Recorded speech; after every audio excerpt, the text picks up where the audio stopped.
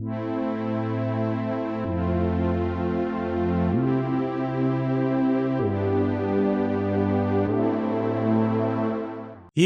年7月13日，索马里对埃塞俄比亚发动了侵略战争。这场战争被称为欧加登战争。正是在这场战争中 ，F-5E 和米格21发生了命运的相遇。当时，索马里的空军部队中有29架米格21和25架米格17。要知道，当时的埃塞俄比亚正处于内乱时期，自然是在战争一开始就被索马里打得毫无招架之力。当埃塞俄比亚政府终于在被动挨打了2周之后做出反应时，大部队集结却仍需要数周的时间。此时正在奋战的欧加登少数部队只能拼死抗敌。他们当时的 F-5E 不到10架，但却是在后面的战争中表现最好的一支部队。在这次的战斗中， F-5E 在对战米格21时展现出了碾压性的优势。一次战斗中，飞行员拉杰斯特夫纳驾驶的 F-5E 与另3架 F-5E 一同迎战8架敌机，其中包括4架米格21和4架米格17。就是在这种敌众我寡的情况下，他们不但联手击落了其中4架米格战斗机，而且自身并没有造成太大的损失。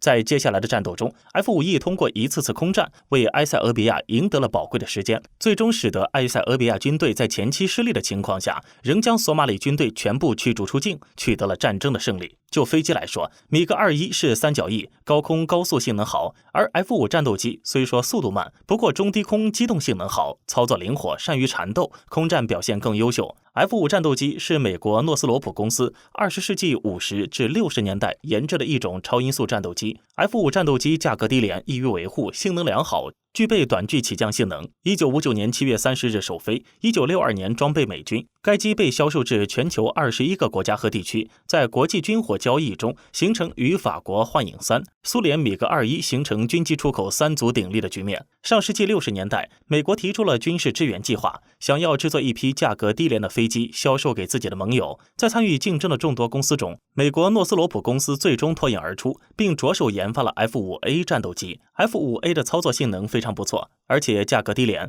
其飞离成本仅为75.6万美元，而且它有很好的低空飞行稳定性和短距起降性能，生产维护也相对容易。该机一上市便因为其性价比受到了很多国家的欢迎，与法国的幻影3战斗机、苏联米格21战斗机一起占据了军机出口的整个市场。F-5战斗机外形非常漂亮，采用单座单发、修长尖锐的机头，没安装昂贵的雷达，一对梯形小展弦比下单翼，凸起的座舱给人感觉整架飞机干净利落，试飞时稳定盘旋性能尤其出色。因为该机机翼采用了当时少见的边条翼布局，弥补了机翼面积较小的不足。为降低造价，维护简单， F-5起初没安装火控雷达，只有光学瞄准仪、导航系统、罗盘和敌我识别器等。后期改进型加装一台探测距离33公里的雷达。F-5机长 14.38 米，机高 4.01 米，翼展 7.7 米，机翼面积 15.79平方米，空重4410公斤，最大起飞重量9387公斤。该机实用升限15390米，最大速度 1.4 马赫，带副油箱最大航程2280公里，作战半径320公里。武器配置是机头上2部20毫米 M39 转膛炮，机翼间可挂空导弹。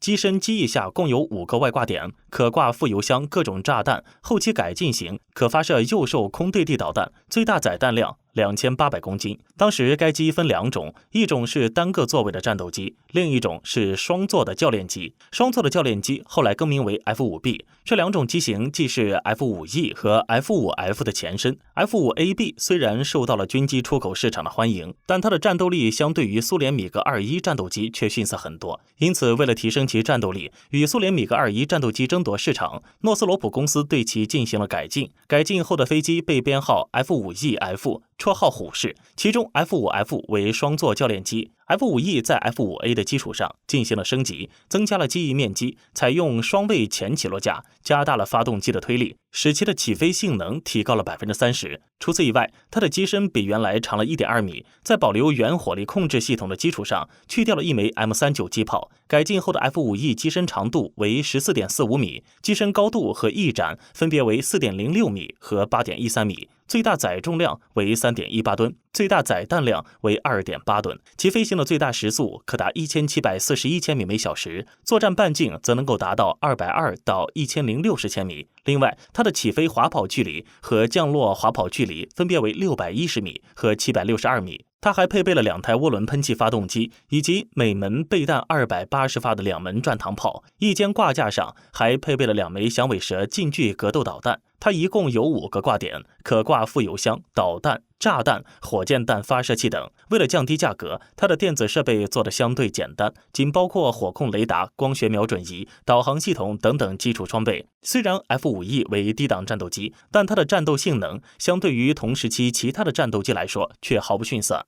因为它主要是用来与苏联米格21战斗机来竞争市场的。那么接下来我们就通过这两者的比较来说一说 F-5E 的优缺点。F-5E 的爬升率略低于米格21，但它的盘旋性能比米格21要好很多。另外，它的起飞和降落滑跑距离也明显低于米格21。除此之外，它的电子设备也比米格21要齐备得多，而且它的机头设备舱有较大的空间来安装各种电子设备，而这一点也是米格21望尘莫及的。除此之外，在实际飞行当中 ，F-5E 的推进系统相对于米格21更适应机动作战区域的要求。F-5E 机头下垂，座舱视野也比米格21要开阔得多。它的外形尺寸较小，而且发动机尾烟清洁，大大降低了它在战斗中的目视目标，让它不易被敌方察觉。另外，虽然它的外形尺寸较小，但它的座舱却充分考虑到了飞行员的舒适性。座舱相对来说比较宽大，而且仪表布局也很舒服，使飞行员可以将更多的精力放在战斗中。而米格21则恰恰相反，它的座舱非常狭窄，仪表盘布局也不够合理，很容易使飞行员在驾驶时产生疲劳感。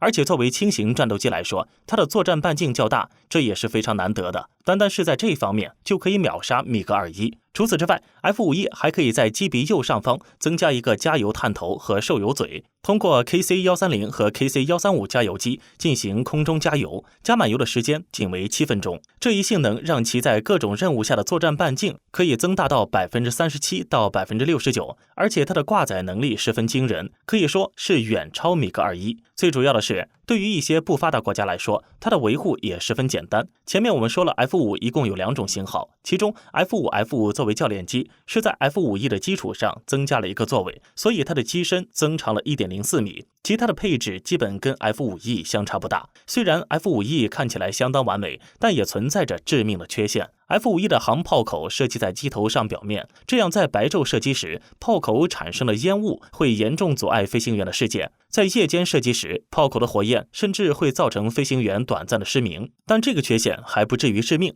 它最致命的缺陷在于座椅弹射。F-5E-F 配备的是诺斯罗普自发研制的后期型弹射座椅，这种弹射座椅的救生性能比较落后，完全不具备救生能力。因此，一般国家在购买了 F-5E-F 之后，第一步要做的就是对其座椅进行改进。而很多的战机事故的发生，正是因为没有对座椅进行升级。当然，除了这一点，战机的后期维护对于延长战机的使用寿命也很重要。这也是为什么同样是 F-5E-F， 美军在使用时的事故率就要低很多。许多国家对 F-5 战斗机性能很满意，先后有泰国、韩国、希腊、挪威等10多个国家购买。诺斯罗普公司共生产了1870架 F-5 系列战斗机，加拿大、瑞士、西班牙、荷兰、日本等国还授权生产了770余架。随着时间的流逝， F-5E-F 也进入了英雄迟暮的年纪。就目前来说，在各国服役的 F-5E-F 战斗机已经全部超过了战机的使用寿命，也在各国陆续退役。好了，今天的内容就到这里，请持续关注我们，既可以收看最新视频，又能浏览往期的精彩。欢迎在评论区留言，我们下期再见。